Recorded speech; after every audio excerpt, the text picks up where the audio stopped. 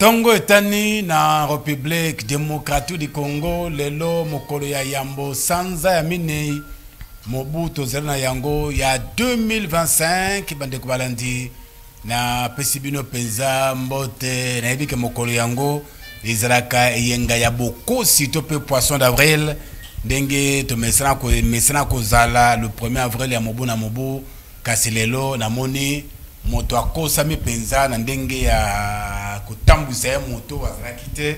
Je sais pas bazalaki un peu distrait ou comment il y a le penza leki lokola ezalaka bomo mesanote. Allez, tozali kokende na nzela ya Canal Congo Télévision na magazine polele esika tokutana kapoto beta masolo ya makambo etali mboka na biso ekole bengami République démocratique du Congo mbote na bino banso bana Kinshasa bana RDC balande na biso libande ya mboka na pesi bino penza mbote na tondisami na nsai na tondisami na esengo ya kokutana na bino mokolo mwa lelo poto solo la biso na bino mambi matali ekolo ya biso RDC 30 na pona lelo to yambi pona bino moko ya bilenge oya benga bina nkombo ya Rowet Sombo Bomanyai ona kopesa mbote tata mbote na yo papa Flori Menga esengo lisusu kokutana na yo na plateau ya polele ya lelo na tondi botondi mingi na ndenge ya biso na profiter pe na pesa mbote na ba kongomani nyonso balanda biso na moment oyo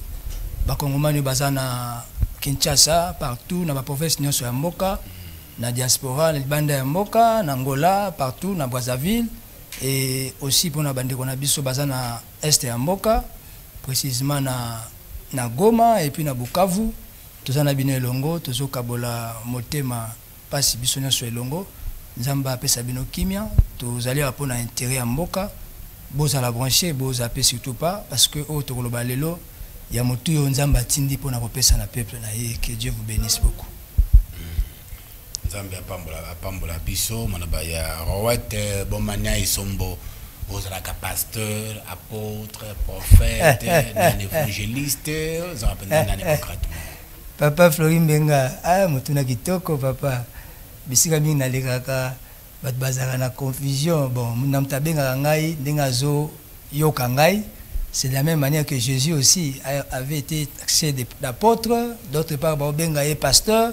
C'est comme si babia za Élie, c'est comme si babia bengi Messie, c'est comme si babia babia za fils de Marie. En fait à tout naki baye ko lobi pona bino na za nani moko bino tu es Messie, tu es le Christ. Et na loba que le Rowet naza adorateur, le Rowet Sombo Bomanyai nazali musicien chrétien. Musala okula pesanga mukumba nange ezali pona ko rétablir adoration ya Yesu Masi à Katnamboka.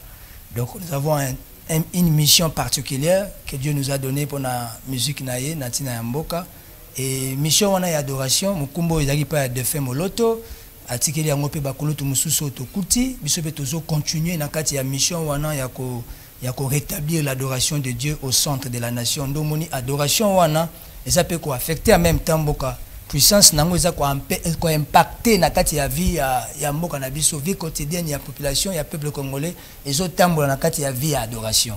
Ce que adoration eza malade mboka pe eza malade. Comment on trouve adoration ya mboka na biso RDC? Motuna kitoko papa tozo banda mbala moko pe na kati ya thème na biso. C'est-à-dire question na yo nde simbi thème na biso ya lelo. Na obanda na kati ya thème na biso pour répondre directement à votre question.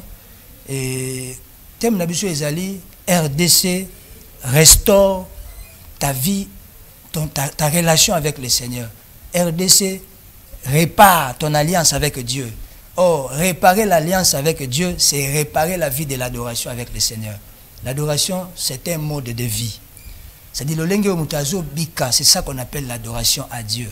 C'est-à-dire quand tu vis pour la gloire de Dieu et la manière dont tu mènes ta vie, si seulement que Dieu se glorifie dedans, c'est ça qu'on appelle l'adoration à Dieu. Et seulement que ceux qui ont glorifié nous embêtés, donc carrément tu na kaiba idolâtre.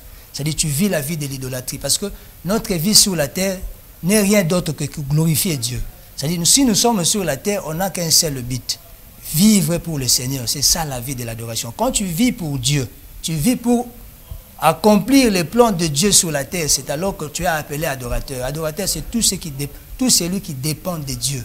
C'est-à-dire quand tu dépends totalement de Dieu, c'est ça qu'on t'appellera le vrai adorateur. C'est pourquoi lorsque Jésus est venu, il a raconté la femme samaritaine dans le livre de Jean chapitre 4, le vrai n'adoreront plus à Jérusalem ni à la montagne. C'est-à-dire ils vont adorer le Père en esprit et en vérité. C'est-à-dire la vie que tu vas mener, la vie de la vérité et de l'esprit attaché avec le Seigneur, d'un cœur lié avec le cœur de Dieu, c'est cette vie-là qu'on appelle la vie de l'adoration à Dieu. C'est que le Congo n'est pas pour tout ça. L'alliance a été brisée avec le Seigneur. Notre vie d'adoration... C'est là qui brisait la nini. Notre vie d'adoration est totalement, en fait, foulée à terre. C'est-à-dire, on a essuyé l'adoration. C'est-à-dire, le temple de Dieu est essuyé. Les autels de Dieu sont renversés. C'est-à-dire, tu comme dans un stade moko, au Congo, azo benga nzambe. Et nzambe azo répondre au Congo. Pourquoi? Parce que Dieu répond sur les autels. On raconte Dieu devant les autels. L'alliance se bâtit sur les autels. Maintenant, Congo a un problème moko parce que hôtel, là où tu dois adorer Dieu, c'est-à-dire l'autel a été déjà renversé depuis longtemps. Nanani. Pendant que tu es là, Nzamba ya na makambo etali este ya mboka. C'est non, hôtel ezala qui renversé banda kala na banani. Motuna otuni motuna malamu. Nzamba pambolo papa Flori. Na kene na mukanda ya toke na Bible, tozui mukanda ya 2 Chroniques, tozui ka à partir ya chapitre 28, Bible zo betela biso lisolo ya roi Jotam. Roi Jotam atambusi mboka na kobanga Nzambe. Et Nzamba bande ko sepela na Jotam makasi. Jotam peut succéder qui ba mususu. Maintenant la kati alliance ya bongisaki na Nzambe, tant to comme à partir ya 2 Chroniques chapitre 29, to yeko zo roi mususu ba bengi Akaz. Ce roi là na kati ya Jérusalem a bébisi alliance ya Nzambe, a renversé ba hôtel ya Nzambe. Ça dit a bungisi ba olier ya Nzambe. C'est-à-dire que Nzamba comme il na kanda na ye, à chaque fois Nzambe soki ba ennemi ba yeko atterrir na kati ba yeko envahir Jérusalem, Nzamba ba yeko livrer peuple na ye à la merci ya ba ennemi et puis le roi Akaz, parce que Akaz a dit que tout ce que Jotam avait bâti avec le Seigneur. Et maintenant, lorsque Akaz a eu à partir de 2 Chroniques chapitre 30, papa Nabiso a le roi Ézéchias. C'est-à-dire, chaque roi soka zagoya na kati ya nation, ayaka na mission moko. Chaque roi zalaka na tâche na ye, oyaka ko remplir pour na ko memamboka na destinée na yango. Parce que tant roi Ézéchias a yé, azalaki na devoir moko. Il y a qu'on rétablir Nyonsoyo à Kaza Bébisaki. Akaz avait renversé les oliers, renversé les hôtels de Dieu, et maintenant Akaz ya Congo, tant à Leki. Si le bateau balanier na ciment, ils avaient le rôle maintenant le travail il y a qu'on rétablir Oya Bébisaki. C'est-à-dire que bongisa alliance Oya Nyataki. Et maintenant tant que tu traversais la période de Mobutu, là où le pays a été livré. Mobutu neto bengi Akaz ya mboka na biso. C'est-à-dire c'est lui qui avait détruit l'alliance du Congo avec le Seigneur. Le Congo qui porte la promesse. C'est qui alliance à Congo na Seigneur na ndenge nini. Mutuna malam papa Nzamba pambola yo. Mobutu tango aye ayeko bâtir hôtel oyaye avec d'autres dieux, avec les petits dieux, les faux dieux. C'est que na kati alliance ya sala ki l'Éternel s'est fâché. Il s'est mis en colère parce que Mobutu s'est fait Dieu au Congo. Tozaki na bino na Congo, vous avez mona des fois zaki na ba période de Mobutu, tantôt mona sur le journal ngele ka bazo tia photo Mobutu ba tia mona mapata eza ko leka avant journal bazo yemba bazo bina molopwe, bazo benga Éternel. Oh, nyonso Mobutu abanda ko sala na période wana. C'est là où le Mobutu nous a séparés avec Dieu et Mobutu a fermé le ciel pour nous. Nous mona ki Congo Congolais zo belela Nzambe zo ka bisoté parce que Mobutu avait fermé le ciel. Akangaki mapata et le mot wana je crois na ba image belé même il y a ba film naie beaucoup retrouvé ango à l'époque zaki pour journal ya mboka eleka ba pesa information ya mboka faut ba zo photo ya Mobutu ba tiena mapata le roi Nzambe générique zaki mise en place na papa na biso Sakombe je crois inongo mutasaki yango sulangai ezalaki acte moko symbolique tokolobela makometali symbole c'est-à-dire le côté symbolique ya spiritualité acte wana ezalaki message mo mabande ko pesa biso na bat na yeba Sakombe et les autres là pour dire que Mobutu aza Nzambe. Ba comme ça qui est Nzambe, bazo yemba na Nzembo abi Mobutu aza lima, aza éternel. Or quand il dit que Mobutu aza éternel, ça mettait Dieu en colère. Comment on pouvait appeler un homme éternel et puis Mokonzi ya nation bozo benga éternel. Ça c'est une façon d'effacer la mémoire de Dieu. C'est pour dire que dans ces pays Mobutu est devenu Dieu. C'est-à-dire to comme ça quand Mobutu Nzambe à cette époque-là. Et maintenant à Kanga qui m'a pata et il y avait un hôtel qui était bâti. Oye baneko simba bonzambe ya Mobutu. Pourquoi la Nzambe à Congo pendant ce temps-là, dans son époque. Et c'est alors qu'à une alliance avec Agni, le dieu de feu, nous avons les Moana à Tchana drapeau, na biso mon la flambeau, na kati ya drapeau ya biso, et les moa flambeau, tu vas comprendre la thèse à la ranine. Flambeau ezali, au monde le boko moko simbi flambeau, ezo pesa. Mais le boko ezo zoa flambeau et monanité, est invisible. Que veut dire passer le flambeau? C'est une expression française qui veut dire confier la suite d'une tâche à une autre personne. C'est-à-dire lorsque Mobutu a eu au Kondiakomi comme Sanzambe na Congo, alors bien c'est éternel. Alors bien il y a aussi la terre, vous continuez aussi la terre.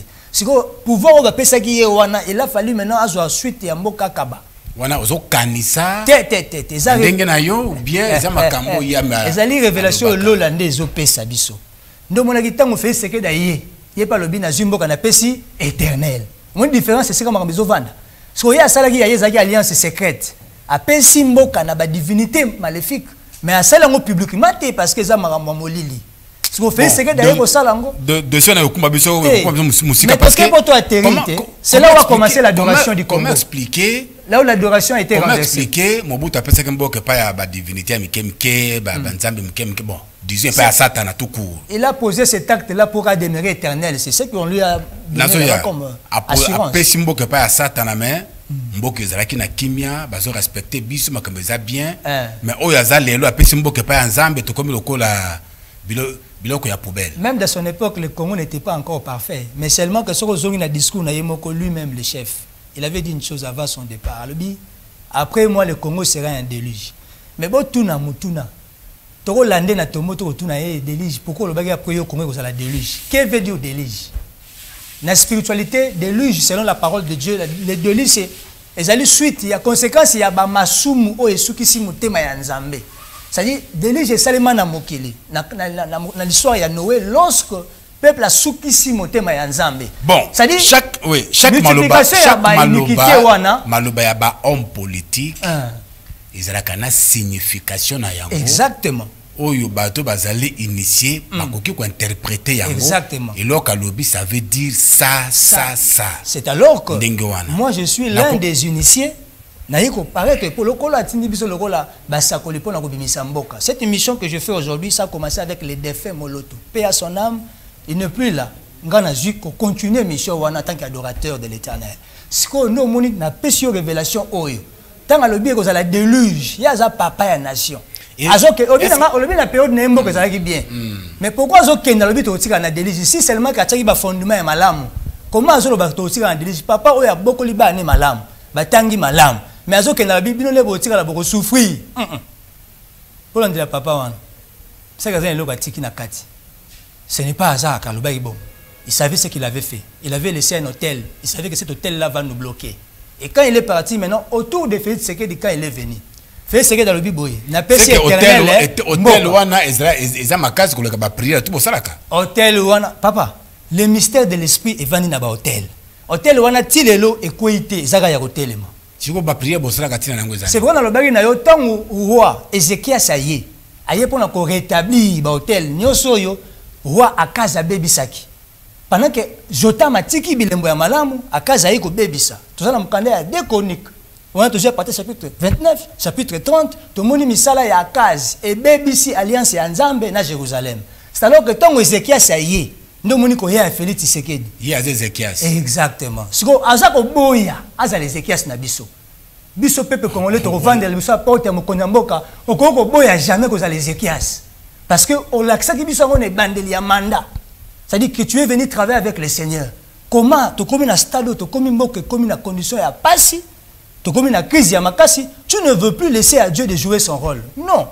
Chef d'État ko sala biso boité au sala biso pasi makasi. Wana on me contredire parce que ce que réellement Ézéchias ya Congo et c'est ngila ki battre mboka malamu et c'est ngila ki makambo za malamu mais ce qui a commis que blocage mo ke zali ko te pa na c'est que Ézéchias cité ah au commis ce discours nanga zali ça dit personne ne souhaite l'échec ya président Félix Tshisekedi parce que l'échec n'est zali échec ya Congo ça dit nanga na yo toujours souhaiter ya zali Ézéchias. Oh dès le début de son mandat quand il a commencé à dédier le pays entre les mains de Dieu, c'est ça, c'était un bon signe. Dès le départ, à l'axibiso, bonne volonté à Zanango Yako, Kamamo Kananzame, parce que tant Ézéchias ça y est, il a commencé maintenant à diriger Jérusalem avec le Seigneur. Il a commencé à dédier le pays entre les mains de l'Éternel, à rétablir Nyoso et Koyaki. Il a rétabli les hôtels de Dieu, a rétabli même la Pâque. C'est-à-dire la fête de la Pâque qui a été bafouée pendant le temps d'Akaz, il a rétabli Yango. Ce qu'il fait, c'est qu'il a fait au stade des martyrs. Cela n'a jamais eu lieu dans Mboka Nabiso, le 22 juin 2019. Mais seulement que continuité Nango et salamité. Et là, il y a passé au moment où vendre la awa, l'élo. Nous, on a thème Nabiso RDC, répare ton alliance avec l'Éternel. Il y a un et parce que l'élo, il y a commis problème à Congo. Au lieu de le RDC, le baka que Félix et tu sais qui dit, répare ma camonona éternel. Parce que lorsqu'on parle de la RDC, on voit les chefs de l'État. Parce qu'il y a un Zagara. C'est-à-dire, nous sommes concernés, Mboka, et ça, on a tué un chef de l'État. C'est-à-dire, l'élo n'a pas révélé ennemi à Congo, tout ça, on a ennemi balé au bazo. Faire persister crise ya Mboka. Lobaka kilelo na ye koloba parce que na Congo likamba révélation ane kumba batrama bulu yeketro. Basira nzambe komaka likabo révélation boye za révélation naza révélé lobaka ke na motema nanga na moni likambe zali boye boye tala makanisi nanga e pona Mboka makanisi zali boye boye to kumba na ke bokumba biso ka ba révélation yango na pesi yo boye. Au moment que dans Mukanda il y a 2 Chroniques chapitre 32 à partir du verset 1 au verset 3 Bible est sur les solo ya ezaki na roi moko aye ko apparaître na pays ya Assyrien comme on a Sanchérib. Sanchérib wana aye ko sala invasion na ye na kati ya Jérusalem directement à occuper 2 grandes villes. C'est-à-dire alobi na osala bino bitumba na roboto la moko na ko renverser régime oyo. C'est-à-dire aye pour renverser qui le roi Ézéchias. Mais comme Ézéchias, au départ, il avait commencé par rétablir l'alliance avec l'Éternel, au moment qu'à partir du verset 20, car il y a 2 Chroniques chapitre 32, Ézéchias a béni prophète Esaïe. Ils ont initié la prière avant que les vaillants hommes n'aient pas la guerre contre Sanchérib. C'est alors que lorsque les vaillants pourquoi les vaillants qui Sanchérib n'a pas complice c'est parce que Ézéchias avait commencé d'abord à rétablir l'alliance entre Dieu et Jérusalem. Ce qui a fait que Nzamba s'est rapproché d'un peuple naïe. C'est-à-dire le Congo souffre d'un problème aujourd'hui où l'alliance. C'est-à-dire boyokani ya biso na Nzambe ezate. Maintenant pour qu'on réconcilier biso na Nzambe, chef de l'État avait porté garant Yarosala Yango le 22 juin 2019 na stade des martyrs. Alors bango yemoko endossé nyonso oh, ma prédécesseur n'est pas salaki. N'est-ce pas ce que je viens de révéler ici? Avec Akaz, ce que Ézéchias était venu faire. Rétablir ce qu'Akaz avait détruit. Maintenant, lui, il peut aussi venir rétablir ce que Mobutu avait détruit. Parce qu'il n'a pas été commis, Torolanda Mobutu, il est déjà mort, paix à son âme. Mais seulement que, oh, bazar, les lots, il faut pas comme histoire, il y a Sikana Mboka. C'est pourquoi moi, je dis au chef de l'État, excellent chef de l'État, si vous avez Ézéchias Nabiso, ça va nous faire très mal.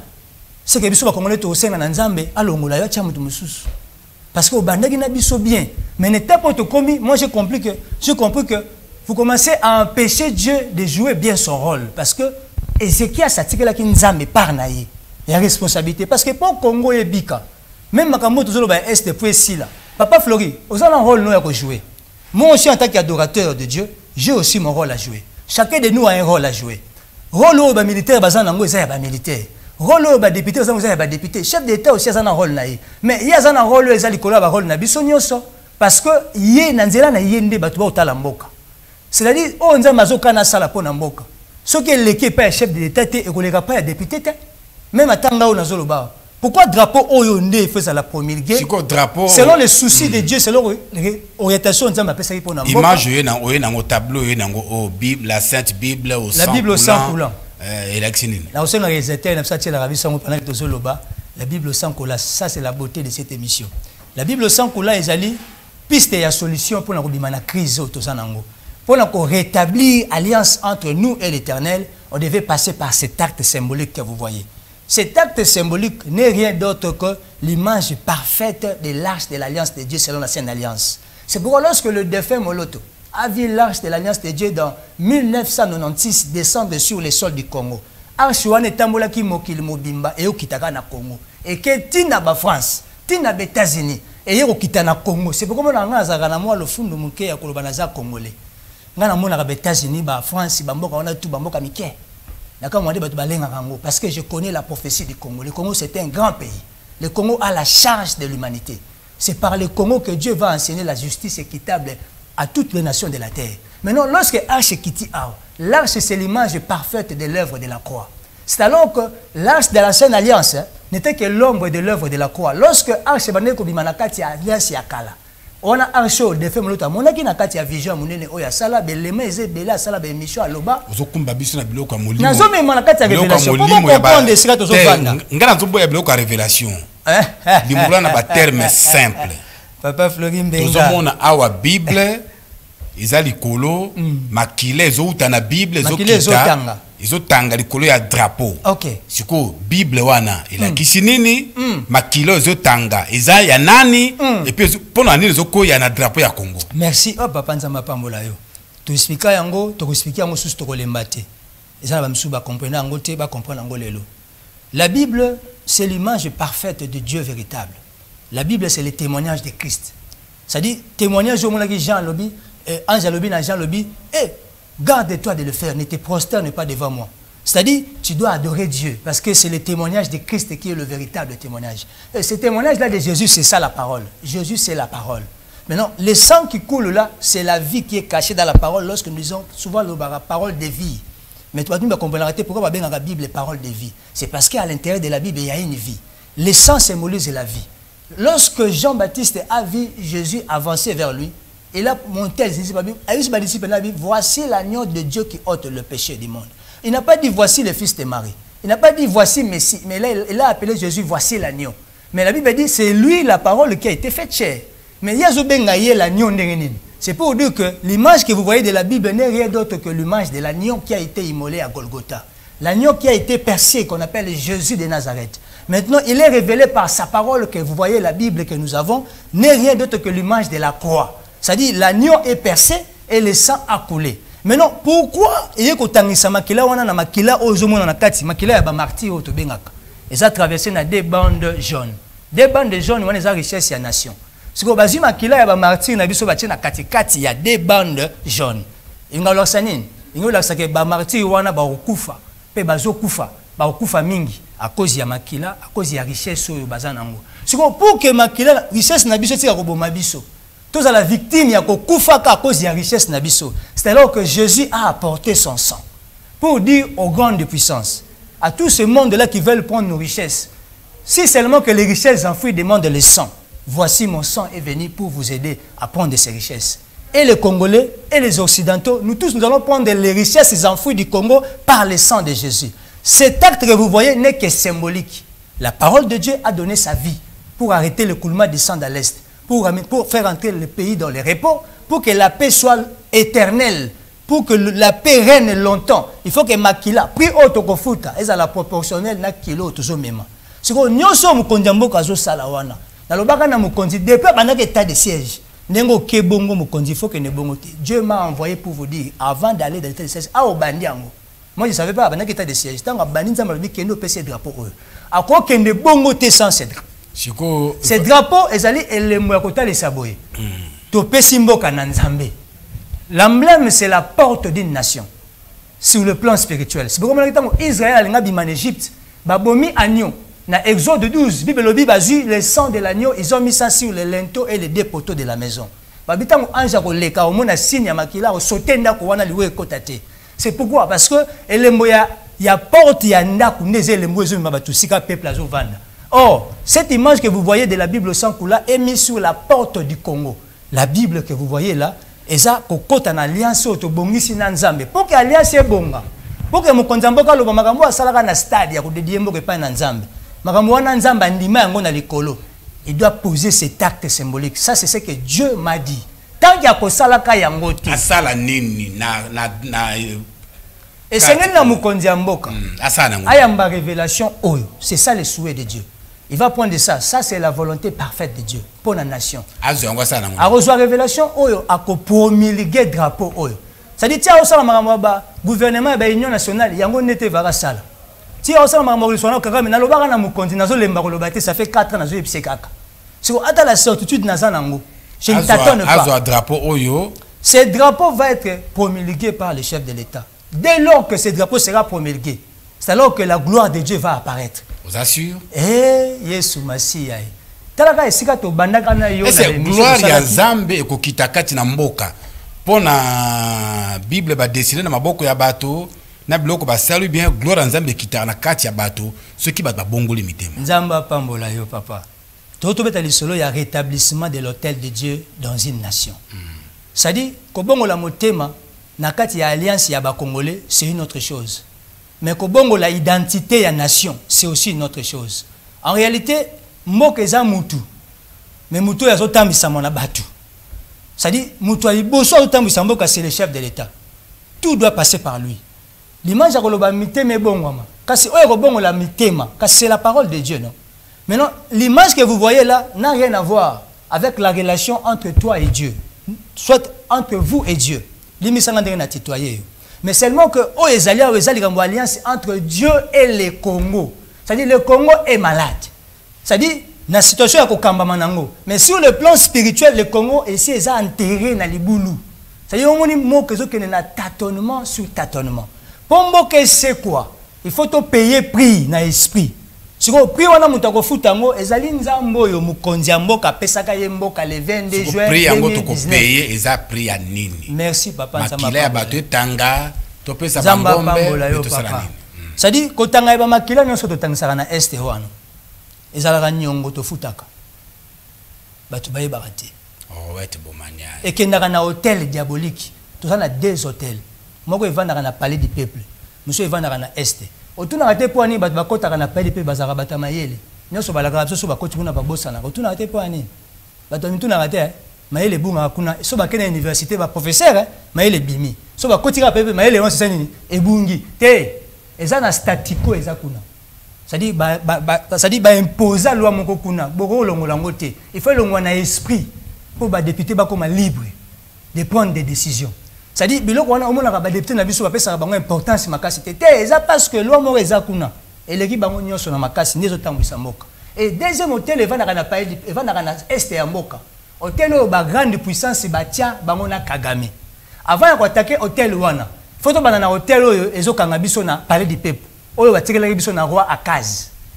On a bengali na koma Mobutu, famille ne balimbisanga. Eza révélation. Tozo sali kombo na été, eza misalo esalema ke tikalaki bolimbisanga boteni nga ke. Seulement que tant muto to kansaka za Ezekias na biso nde président Félix. Lelo ye moko alingami comme ça problème ya blocage ya délivrance ya Congo. Pour na na mokonzi mboka. Tango botanga ka Bible. Le rowet. Izalaka pona mboka etonga masima na kotanga Bible. Ou bien zalaka poto tanga Bible to comprendre makambo ya Nzambe peut tozonga na relation malamu na Nzambe. La Bible c'est le témoignage de Christ. C'est l'histoire d'un peuple avec Dieu. La Bible nous révèle les lois de Dieu, la manière de vivre avec Dieu. La Bible c'est la pensée globale de Dieu. Bit nango eza moko pona ko instruire biso, pona ko orienter biso vers la justice. En fait, ozala parfait. Poto yeba Nzamba lingi nini. Ça c'est la pensée de Dieu. Maintenant dans cette pensée là, si tango Nzamba yé, kwa lo banabiso o yaza, ami monisa. Bible lorsque Dieu est venu se révéler, c'est la parole qui a été faite chair. C'est-à-dire la parole s'est révélée à nous. Siko e na kati na biso ko fanda. Nde bandi ko bongo la siko biso. Mais on dirait Bible na Congo et ya pour et développer biso te. En réalité le problème c'est quoi? Bako peso Bible. Mais si seulement que tu es séparé de la pensée de Dieu. C'est-à-dire tu es séparé de l'alliance avec Dieu. Il n'y a plus de l'alliance entre toi et Dieu. Bible au sel en nenga mabe. To benga ngo mbele aminu mibale. Le diable aussi connaît la parole. Quand il venait tenter Jésus, il utilisait la parole. Mais seulement que Jésus aussi était mûr dans la parole. Parce que c'était lui-même la parole. Et c'est là qu'il diable la sauve ses paroles. Et Némi no yebi, que yebi parole. So va linga tromper, utiliser la parole. Ce que faut yeba but ni no parole yaki. C'est-à-dire but ya parole yaki papa. Pour nous construire biso, pour diriger biso vers la pensée parfaite de Dieu. Si tant on a zo fungo l'écriture, au monde on est nazo vendre dans l'écriture, nazo talisa yo. Musala oyo, todo senga na pesa pesa sala kolo, ezanini. C'est-à-dire c'est l'histoire d'un peuple avec Dieu. C'est que Jotam a vécu avec Dieu. C'est que Akaz, Ézéchias ont vécu dans leur histoire, dans le parcours de Jérusalem avec l'Éternel. Et Zali ndenge tozo bika siko Congo na Nzambe. Seulement que tozo talisa batuboye. Roi Félix, président Félix, ce qu'on sait le roi Ézéchias c'était solution causalité. Ézéchias avait compris soki na rétablir le oliété na rétablir ba hôtel ya Nzambe te oyo akaza ko isaki rien de bon n'arrivera. Yango mona chancellerie baza ko attaquer Jérusalem alobi na peuple boye botika Roland Ézéchias yenda renverser ba olié ya Nzambe a renverser ba hôtel ya Nzambe. En réalité il s'est trompé parce que déjà Ézéchias avait réparé avec Dieu. Seulement que lorsqu'il a invoqué Nzambe na 2 Chroniques chapitre 32 verset 20, lui avec le prophète Élisée, Dieu avait répondu favorablement. Mais dans notre époque maintenant là, dans des prières des Congolais, Dieu ne répond plus favorablement. Même si le chef de l'État prie, Dieu ne va pas répondre favorablement. Pourquoi? Parce que le chef de l'État n'a pas encore eu le souci là de réparer l'alliance entre le Congo et l'Éternel. C'est-à-dire, lui, il veut porter lui-même la charge, il y a problème, il y a Congo, depuis 2021, ben, émission sur la salle, année après l'autre, je ne fais que parler de ça. Laisse Dieu jouer son rôle. Si seulement que Kagame et les Occidentaux sont les ennemis du Congo, ils sont les ennemis du Congo à l'externe. Mais à l'interne, nous avons un ennemi qui est devenu maintenant aujourd'hui au nom de Félix Tshisekedi Tshilombo. Président Félix Tshisekedi Tshilombo a combien d'ennemis à Congo? Pourquoi combien d'ennemis à Congo? D'un côté, à Ézéchias, de l'autre, à un ennemi à Congo. Merci, papa. C'est-à-dire, Mukumba et Ézéchias, il ne veut plus porter cette charge-là. C'est ça le souci de Dieu. Dieu se plaît beaucoup pour ça. Il se plaint beaucoup. Alors, ma main est en train de ralentir beaucoup de choses dans ce pays. Si seulement que Dieu retire totalement sa main, régime Rukwea. Pourquoi Dieu Zamazo Zanakanda? Parce que le président Félix, il veut même jouer le rôle de Dieu. Papa Floris, c'est qu'il fait très mal à Dieu. Le président Félix, on a un message. Papa, la paix Sarabino 7 jours. Dans le baka, ce qu'on a promulgué drapeau. Et comme il drapeau, il y a Congo. Alors, ici, le Congo appartient au Dieu de la Bible. On a réparé l'alliance avec l'Éternel. C'est seulement par ce symbole que vous voyez. C'est alors que Dieu viendra maintenant pour se révéler. Il va se souvenir de l'alliance. C'est un drapeau. Dès lors que ce drapeau sera promulgué. Voilà. La Bible sans couleur. C'est un drapeau oyo Moronjambe Mokonziambo ka promulgué yango comme emblème ya RDC. Oui. Des solutions à makambo nyonso. Des solutions à makambo nyonso. Et c'est un acte symbolique. Jésus est monté à Golgotha, Papa Flori. Laisse-moi vous dire. Batongo le weza lisano. Mais ce que muto akufi batuna Golgotha makile tanginde mokili mombebiki. N'est-ce pas aujourd'hui mokili zobika? Na mamunazo loboyo na yebesika nazo vanda. Na lobi boye. O ezali arche de l'alliance entre nous et Dieu. C'est l'arche de la nouvelle alliance. Réponse à la souffrance à Congo. C'est-à-dire Dieu ne va plus se souvenir de l'alliance avec Abraham, Isaac et Jacob, mais Dieu va se souvenir de l'alliance avec Jésus à Golgotha. C'est cette alliance-là, dans Matthieu chapitre 26, verset 28, voici l'alliance de la, voici le sang de la nouvelle alliance. Si on a battu bazo kanisa que makambotozo vivre na mboka na biso lelo eza problème ya batu. Merci papa. Eza kutu ya nzambe te. Nzamba pambola yo. Ça dit to bazo baza batu bakena ba conscience ya batu na ba mode de vie ya batu. Ça dit batu ba comme ba conscient. Bazo sala ba jouer rôle. Tolobi ka rôle te. Ba jouer rôle na bango bien te. Or Bible lobi le sang de Jésus purifiera votre conscience. Même ba conscience ba konjambo kawana. Mais ça ba mboka msusu kutu. Leur conscience ne sont pas purifiées. Et ça ba mboka msusu kutu ba beta kama solo ya Jésus-Christ. Baza que évoluer très bien. Pourquoi Karabiso? Oui, nous sommes différents. Il s'agit de la promesse. Nos promesses c'est diffèrent. Lorsque Alain Monoto avait fait la vision en 96, quand il a vu l'arche de l'alliance de Dieu sillonner l'humanité et descendre sur le sol du Congo, Dieu a porté son choix sur le Congo. Nous sommes un peuple particulier, un peuple mis à part pour révéler la gloire de Dieu sur toute l'humanité. Nous sommes pas nabiso, ba inakabiso pambate. Torotangi saba américain justice ya solo. Torotangi saba français parce que balobaza va payer état de droit. Tamaka sa biso na est. Est-ce que réellement au balobaga état de droit solo? C'est-à-dire ce sont des naïbité na ko expliquer nini batuyo, ils sont tellement méchants que soko yebi kando nzamba za ngo pona batu wana papa o imaginer te. Mais seulement que pour que nzamba achever bango. Cette affaire de Kagame na ebsanga mo konje au sala 7 jours. Sur drapeau les a communiqué Kagame ako les espace à 7 jours te ako disparaître. Dieu va éteindre son souffle de vie. Dans le bina yo avant nzamba bana ko boma ennemi externe. Arobana on ko anéantir ennemi aza interne. Or l'ennemi interne c'est le roi Akaz qui avait bâti l'alliance avec la divinité maléfique. mais sikoyo lelo mokonzi ya sengeli apesa biso ndingisa wana alobaka za garant c'est que il me la za garant soki ya ndimi révélation pe ndimami comme azo bloquer azo linga kondima révélation oyo te ninga na lobi lelo batu bakende gauche droite te problème ya Congo comme nango Félix Antoine Tshisekedi so landanga nzela mokona Joseph Kabila Kabange papa tango lobi na okenzela mo Joseph Kabila Kabange pourquoi tanga yo tangi fayo te po anini ko fayo pas le problème za Félix Tshisekedi tout tangi katumbi te tout récemment Kabila Kabange mutalobi yango problème za Félix c'est solution za Félix naza ni pour Kabila ni pour Félix Tshisekedi ni pour Fayulu naza pour na ba congolais nyos tolingi unité nationale na kati unité nationale tokoko kabolate to sangisi bango nyos ils sont nombreux ceux qui disent que Félix Tshisekedi est devenu le problème du Congo mais baloba ngo na contexte moko purement politique moi nazongi na contexte spirituel pourquoi vous avez un problème ya Congo lorsqu'il veut s'opposer à la pensée de Dieu il ne veut pas il veut lui-même devenir l'opposant de Dieu empêcher Dieu de jouer son rôle pour la délivrance à Congo. C'est alors qu'il a commis problème parce que le rôle a garant. Papa ngala ko ndimisa bino drapeau oyote. So ye garant ndimi angote. Le rôle a garant so boya ko ndima drapeau. Papa na pesa ba élément nyonso ya drapeau. Il y a plusieurs éléments mususu mwana fungola rezate. D'autres éléments ça soki ya ndimi ko consulter nga. C'est alors que na rememele révélation oyo parce que délivrance y intégrale ya makambo mususu na kati ya papa, où est ce mystère? Il faut on a dit les autres Misamakila, c'était un mystère. Bah tout le monde bazo banga na bandako. Et ça dessin. Eh, yes, ba dessiner ba inalinga ba emi yango ko ema. Ba dessiner yango ko dessiner. Les attaques que beaucoup simbe ko Misamakila te.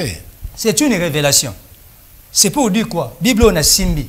Eza na makila na kati. Monde na simbi Bible. De na simbi Bible. Tina oloba ozomo tina zo banga te. Même ba to basimba ba minduki bango news. Moi, je suis la Bible à Pambo, ils savent. Tout ça parce que je suis la Bible. Mystère est dans la Bible. Cette parole que vous voyez est très puissante.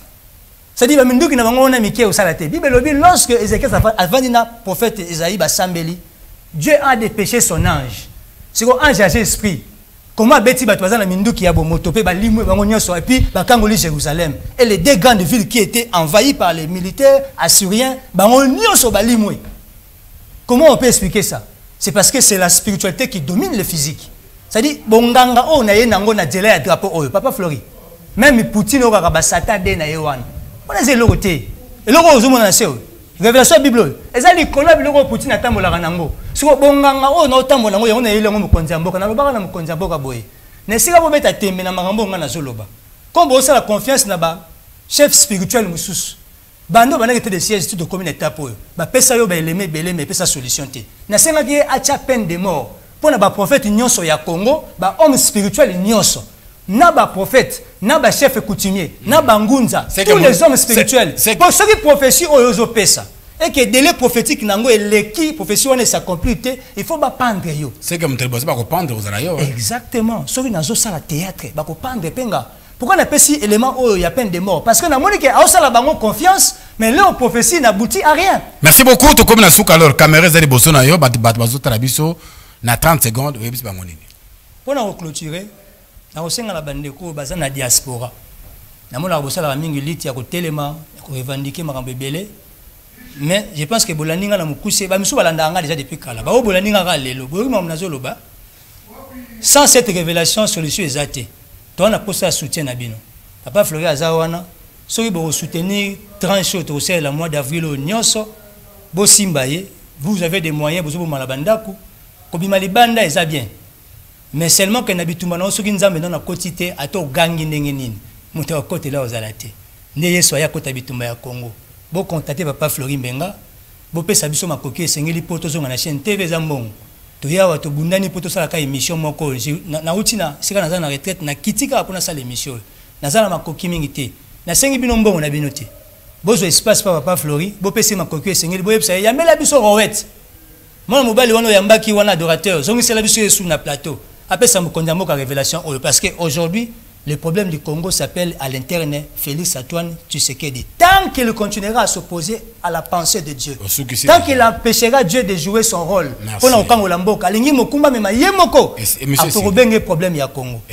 ça c'est dans le contexte spirituel. Que Dieu bénisse le Congo.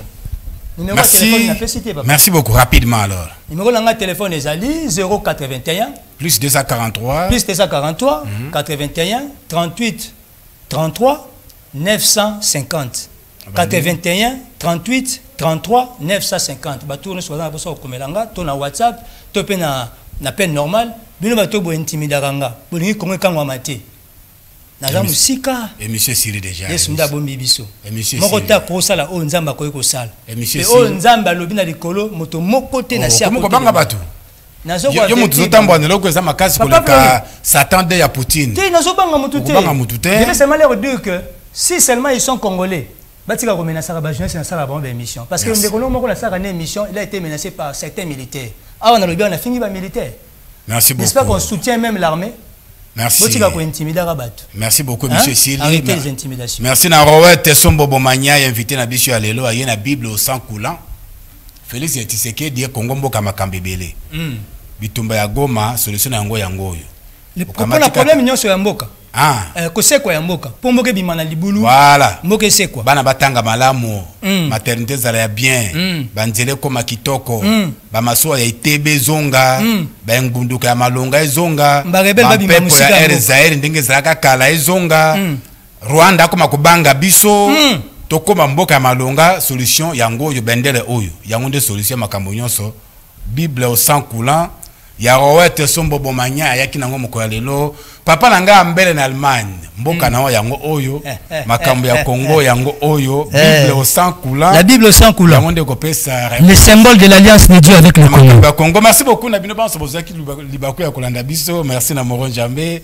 Marité Godo, merci Christian Banzolo, merci Aleka Bongomobo, Dudu Montiri. Merci na bino banso to bosana pete Richi Matomina. Na Fabrice Ngoudi Kanzenza to komina sukale botika malamu to kotane mbale ya sima. Ciao.